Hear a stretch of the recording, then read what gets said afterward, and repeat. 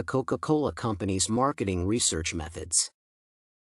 Even if a company spends millions of dollars in conducting marketing research, it does not guarantee that consumers will be attracted to the product being marketed. Marketing research should be conducted reliably. In the case of the Coca-Cola Company, it carried out market research involving 200,000 respondents. From the quantitative market research, the company concluded that the sweeter-tasting Coke was more preferred by consumers than the old brand.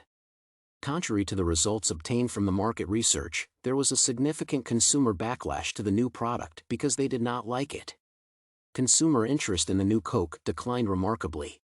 It is important to mention that the company spent 2 years and $4 million to conduct quantitative market research. It is believed that taste tests did not follow appropriate methodologies. The brand loyalty and the sociological aspects of the new formula of Coke were also not taken into account by the company. These are some of the elements that ordinary market research cannot gauge easily. In terms of the research design, 3 different formulations were used by the Coke company to taste the new Coke formula. Both Pepsi and conventional Coke were related to the new Coke formula. However, only about 30,000 to 40,000 of the 200,000 respondents who participated in the survey tasted the new product. This was the main shortcoming of the data used.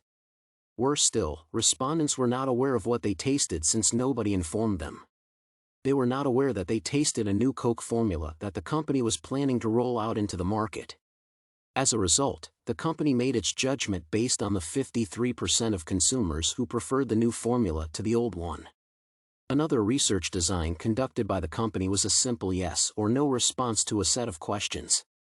Hence, the deep-seated feelings of consumers were not obtained from the simple survey. This was yet another shortcoming in the quantitative research method. Quantitative research should be the best marketing research method, especially if conducted appropriately. For instance, it is capable of accommodating both small and large-scale surveys. In addition, the quantitative research method provides a lot of information. This can assist in making relevant and more accurate conclusions. The data obtained from the field can also be compiled into graphs or charts quite easily.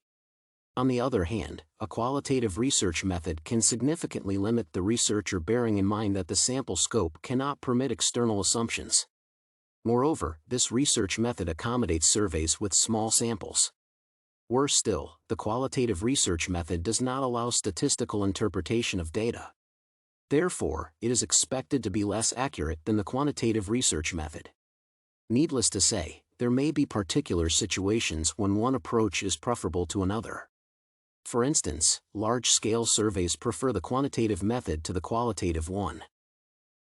In terms of advantages, a qualitative research method gives a clear picture of the market being targeted. The use of straightforward questions, such as how, why, which, and when, allows the researcher to assess the nature of the market at a glance.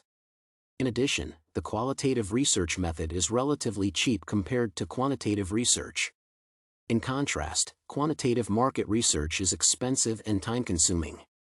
The latter also requires expertise, skills, and knowledge in analyzing and interpreting large volumes of statistics. For example, a survey involving 200,000 respondents like the one carried out by the Coca-Cola Company consumed a lot of time and financial resources.